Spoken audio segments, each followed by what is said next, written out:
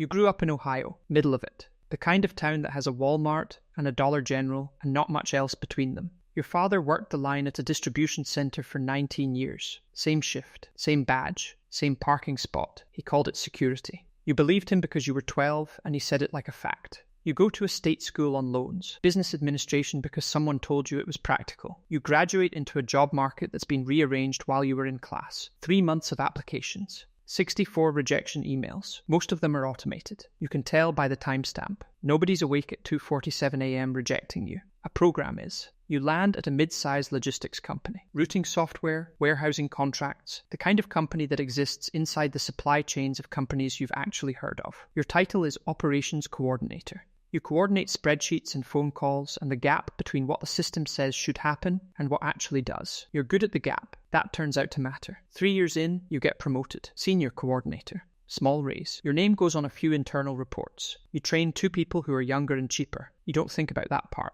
The office has about 200 people. Open floor plan. Standing desks that nobody stands at. A kitchen with a Keurig and passive-aggressive notes about dishes. You have people you eat lunch with. A woman named Priya who does vendor contracts and makes you laugh every Tuesday. A guy named Marcus who routes the overnight freight and knows something funny about everyone. You don't love the job. You like the people around the job. That distinction will matter later. The company brings in a new VP of operations in the spring. She comes from a tech firm, talks about optimization the way a preacher talks about salvation. First all-hands meeting, she uses the word frictionless 11 times. You count. She announces a partnership with a workforce analytics platform. It will help the company, she says, allocate human capital more efficiently. Nobody asks what that means.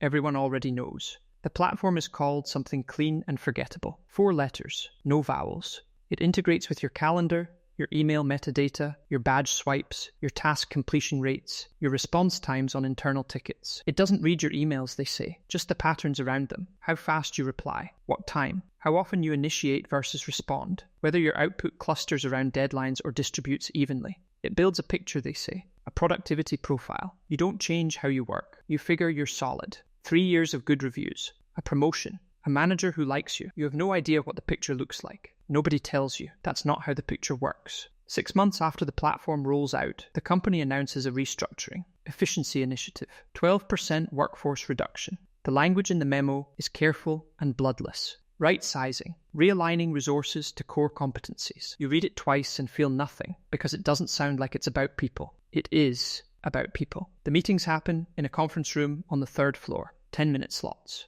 You find out your slot is Thursday at 2 p.m. from a calendar invite with no subject line. Priya's slot is Wednesday. She comes back to her desk, gets her bag, doesn't say much. Marcus finds out in an email. He's remote. His termination is delivered to his inbox at 9:04 a.m. while he's probably still drinking his first coffee. Your Thursday arrives. 2 people in the room. HR manager named Donna, who you've spoken to maybe 3 times. A man from legal whose name you don't catch. Donna has a folder. She opens it. She tells you your position is being eliminated. She uses the word eliminated like it's surgical, like the position is a tumour and not the thing you've done for 6 years. You ask why. She says the decision was made based on workforce analytics and organisational needs. You ask what that means specifically. She says the platform identified your role as having significant redundancy overlap with 2 other positions. You ask which positions. She says she's not able to share that information. You ask who made the decision. She pauses. She says it was a data-informed process reviewed by leadership. You sit with that for a second. Nobody made the decision.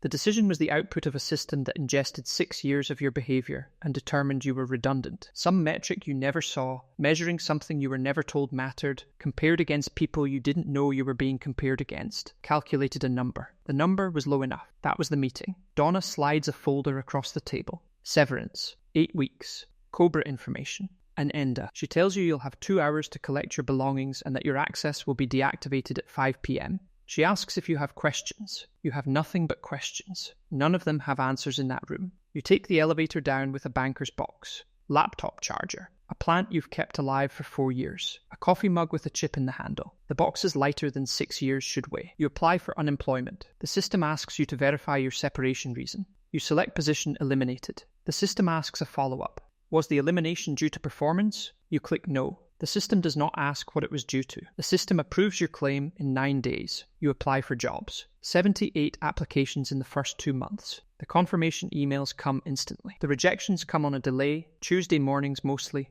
batched. You start to recognize the patterns. Some rejections come inside 48 hours. That means a filter caught your resume before a person saw it. Keyword mismatch, gap in employment, something structural. The filter is not named.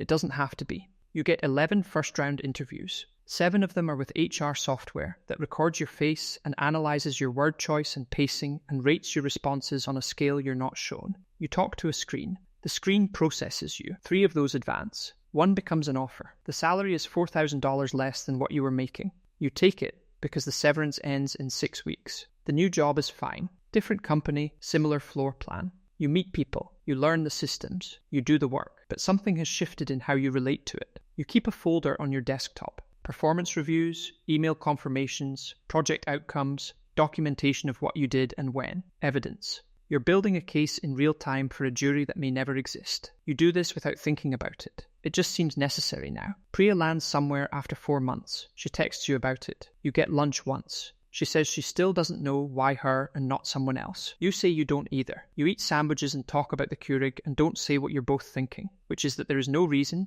just a ranked list, and you were on the wrong side of the cut line, and the cut line was drawn by something that has never eaten lunch with anyone. Marcus disappears from LinkedIn after a while. You don't know what happened. You don't ask. There's a particular loneliness in losing people to a process. Grief requires a story. This doesn't give you one. You read about the platform eventually. A long piece in a business publication.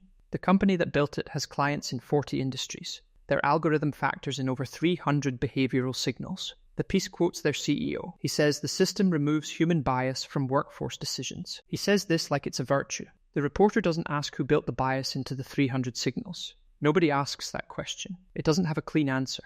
What you know is this. You were good at your job. Not exceptional, not the best, but solid, dependable, the kind of worker that holds a team together without ever headlining it. That's a thing a person can see. A manager who eats lunch with you can see it. A system measuring your email response latency cannot. The system doesn't know that you were the one people called when something broke at the wrong time. Doesn't know that you trained the 2 younger coordinators without being asked. Doesn't know that Priya laughed every Tuesday because of something you said. None of that has a metric. None of that shows up in the profile. You're not angry. That's the part that took the longest to understand. Anger requires an object. There's no one to be angry at. The VP believed in the platform. Donna was following process. Legal was managing risk. The algorithm was doing exactly what it was designed to do. Nobody decided to fire you. The decision was assembled from data points and delivered like a utility bill. That's what it was. A calculation. You go to work on Monday. You do your job. You keep the folder updated. Some nights you think about your father. 19 years. Same badge. Same shift. He called it security and meant it.